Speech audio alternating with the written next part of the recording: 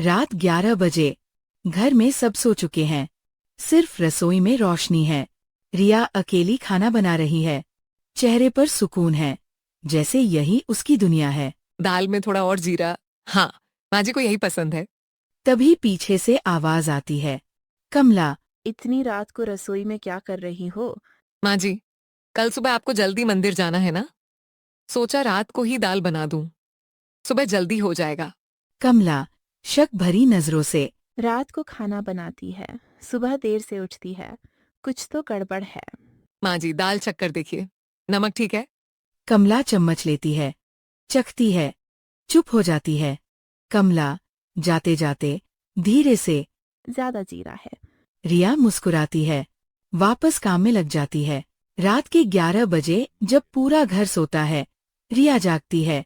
ये पहली बार नहीं था, ये हर रात होता था। पर क्यों? ये राज अभी किसी को नहीं पता। पिंकी पड़ोसन आती है। पिंकी चाय पीते हुए। कमला जी सच बताओ, बहू कैसी है? पिंकी, कुछ तो गड़बड़ है उसमें। रात को रसोई में रहती है, किसी से ज्यादा बात नहीं करती। और देखो, शादी के 6 महीने हो गए, मायके से कोई आया नहीं मिलने। पिंकी आंखें बड़ी करके। सच में मायके वाले नहीं आए? एक बार भी नहीं। मैंने सौरभ से कहा भी इस लड़की का कोई मायके वाले नहीं आए। तो सौरभ ने क्या कहा? वो तो उसके पीछे पागल है, कुछ सुनता ही नहीं। तभी रिया चाय लेकर आती है। दोनों चुप हो जाती हैं। रिया मुस्कुराकर। पिंकी आंटी, आपके लिए अदरक वाली चाय बनाई, आपको पसंद है ना? हाँ, पर तुम्हें कैसे पता? माँ जी ने बताया था। रिया चली जाती है। पिंकी कमला को देखती है। यार कमला, यार कमला, मुझे तो अच्छी लगी। यही तो प्रॉब्लम है, सबको अच्छी लगती है, पर मैं जानती हूँ कुछ छुपा रही है। सौरभ और रिया छत पर बैठे हैं। रात का आसमान। सौरभ। रिया, माँ कह रही थी तुम रात को देर तक जागती हो। रिया हंसकर। हाँ, नींद कम आती है तो सोचती हूँ कुछ काम कर लूं। रात को रसोई में क्यों? रिया एक पल रुककर। तुम्हें खाना पसंद है ना मेरा, वाट? तो बस वो मेरी थेरेपी है। सौरभ हंसते हुए। पागल हो? रिया, एक बात पूछूं? माँ पूछ रही थी तुम्हारे घर से कोई क्यों नहीं आता। रिया एक पल के लिए जम जाती है। माँ नहीं है, पापा बहुत बीमार हैं, छोटा भाई अकेले सब संभाल रहा है, आ नहीं पाते। ओह, मुझे पहले बताना था। तुमने पूछा नहीं? पर दोस्तों, रिया ने जो बताया वो आधा सच था, आधा राज अभी भी छुपा था। कमला अकेली है। रिया बाहर गई है। कमला रिया के कमरे में जाती है। देखती हूँ क्या छुपाती है यह। अलमारी खोलती ही कपड़े, किताबें सब गिर जाते हैं। एक डायरी दिखती है। मिल गया। खोलने लगती है, तभी रिया की आवाज आ जाती है। माँ जी। कमला चौंककर डायरी वापस रखती है। रिया अंदर आती है, हाथ में एक थैला। माँ जी, आपकी दवाई लेकर आई, डॉक्टर ने कहा था खत्म हो रही है। मैं तुम्हारा कमरा देखने आई थी, सफाई। हाँ माँ जी, जब चाहें देखिए, ये आपका घर है। रिया दवाई रखकर चली जाती है। कमला वहीं खड़ी है, मन में एक सवाल। इसे पता था कि मैं क्या कर रही थी, फिर भी कुछ नहीं कहा। क्यों? पर आज वो सिर्फ खाना नहीं बना रही। वो एक छोटा सा डिब्बा खोलती है, उसमें पैसे हैं। गिनती है, एक कागज निकालती है। 5,000 और भेजने हैं पापा की दवाई के लिए। रिया फोन पर फुसफुसाकर। भैया, हाँ मैं बोल रही हूँ, पैसे कल तक पहुँच जाएंगे। पापा कैसे हैं? ठीक है, हाँ मैं ठीक हूँ। माँ जी भी अच्छी हैं, तुम चिंता मत करो। फोन रखती है, एक पल चुप बैठती है, आंखें थोड़ी नम हैं, फिर उठती है, वापस खाना बनाने लगती है। दोस्तों, रिया रात को इसलिए जागती थी, पापा बीमार थे, भाई अकेला था, और रिया इस घर में खुशी से रहकर चुपचाप हर महीने पैसे भेजती थी, अपने खर्चे बचाकर। पिंकी की चाल। पिंकी कमला के घर आई है, हाथ में कुछ कागज। कमला जी, मैंने थोड़ी जांच की क्या मिला? रिया के मायके के बारे में। उसके पापा तो बहुत बीमार हैं, पर यह तो ठीक है। पर एक बात और मिली। क्या? रिया की एक जॉब थी शादी से पहले, एक बड़ी कंपनी में। तो शादी के बाद छोड़ दी? हाँ, पर क्यों छोड़ी ये इंटरेस्टिंग है। मेरी जानने वाली उसी कंपनी में है। उसने कहा रिया ने खुद छोड़ी नहीं, उसे निकाला गया। क्यों? पता नहीं, पर कुछ तो हुआ था तभी तो। रिया बाजार से आती है। माँ जी आपकी पसंद की मिठाई लाई।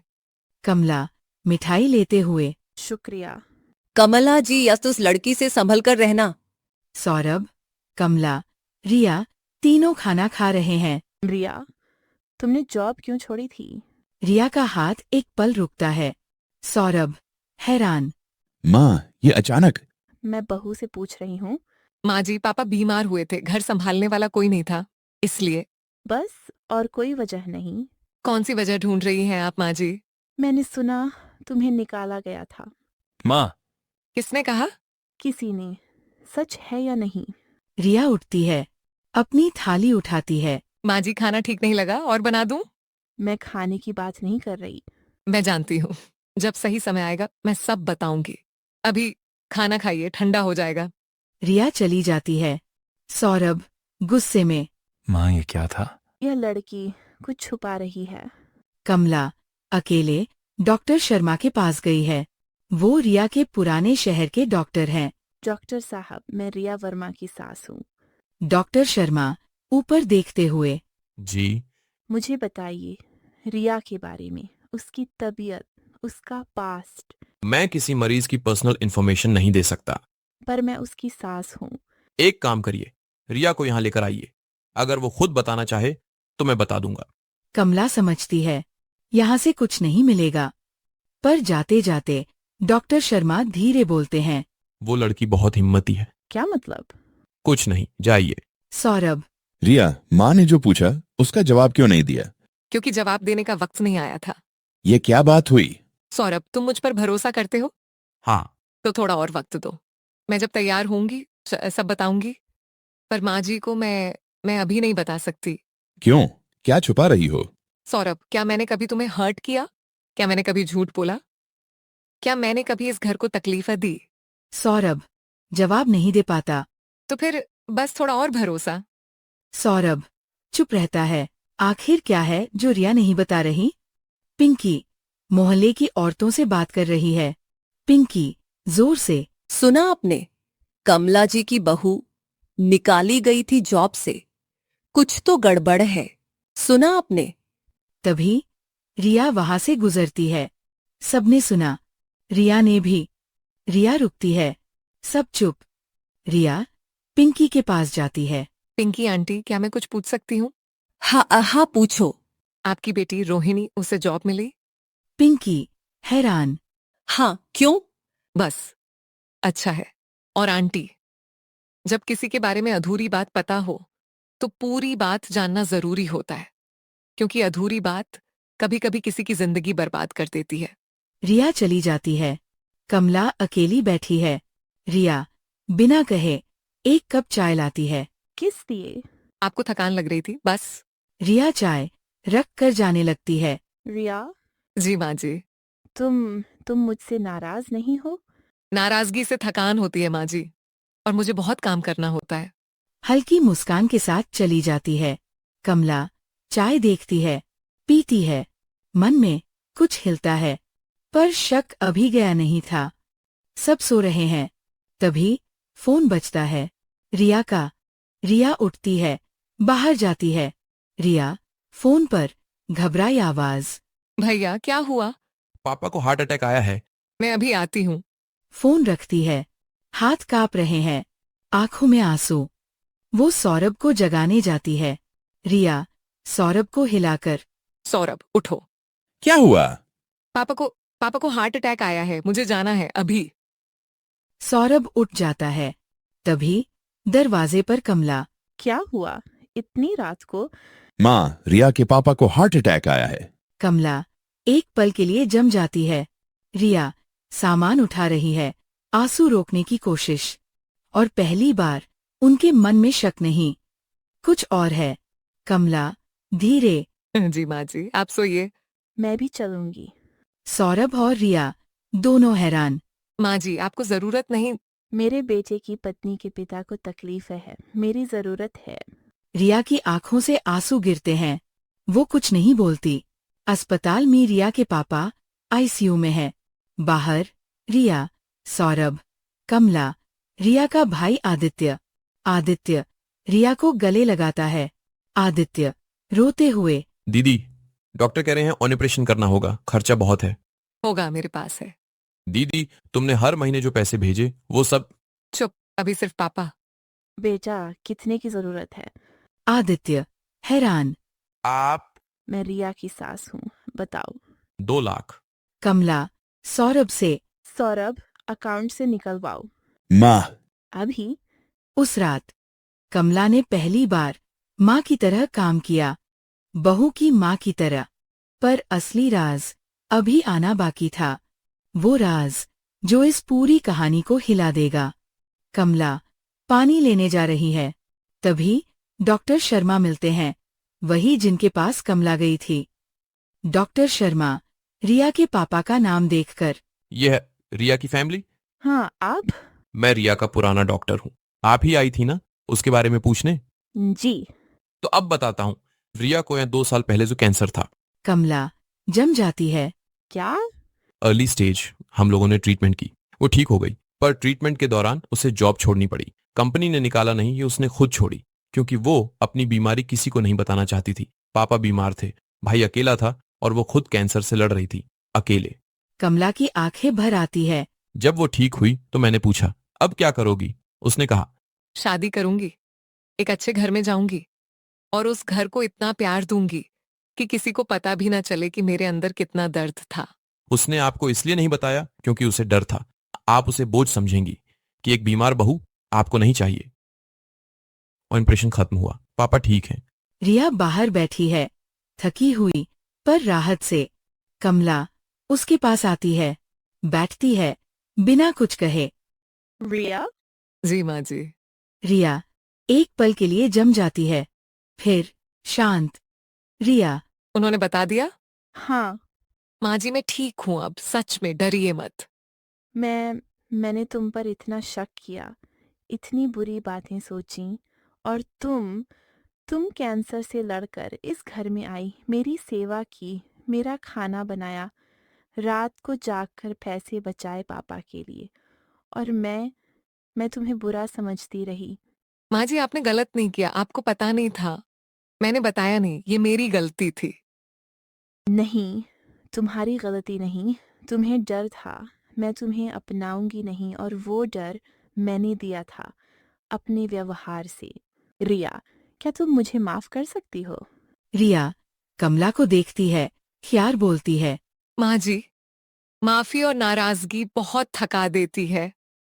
मैं तो बस आपकी बहू बनकर रहना चाहती हूँ, बस इतना। कमला उसे गले लगा लेती है, दोनों रोती है। पर ये रोना दर्द का नहीं था, ये रोना रिश्ते के बनने का था। कमला सौरभ को सब बताती है। सौरभ सुनते सुनते टूट जाता है। सौरभ कांपती आवाज, माँ, रिया कैंसर से लड़ी, अकेले, और मुझे नहीं बताया। हाँ।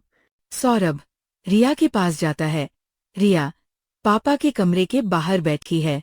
सौरभ बैठता है, कुछ नहीं बोलता, बस रिया का हाथ पकड़ लेता है। रिया समझती है।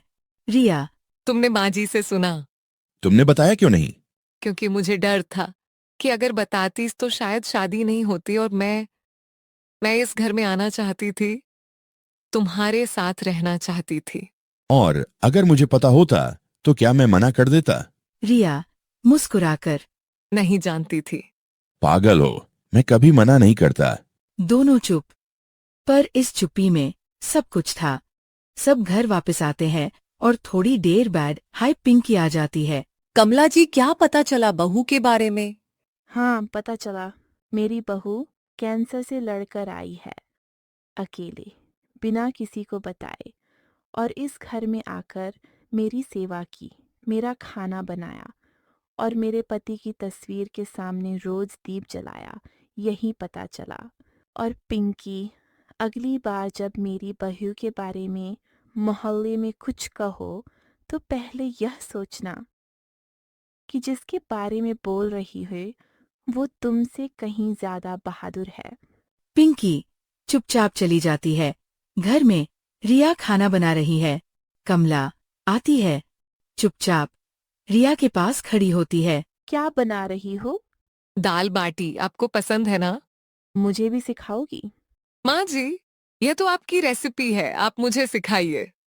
कमला पहली बार रसोई में रिया के साथ खड़ी होती है। दोनों साथ में काम करती है। कोई ताना नहीं, कोई शक नहीं, बस दो औरतें, एक रसोई और एक रिश्ता जो देर से बना पर सच में बना। दोस्तों, रिया ने कभी नहीं बताया कैंसर था। हर रोज एक नई कहानी के लिए सब्सक्राइब करें और बेल आइकन दबाना न भूलें। आपके जैसे कहानी के दीवानों का यहाँ स्वागत है।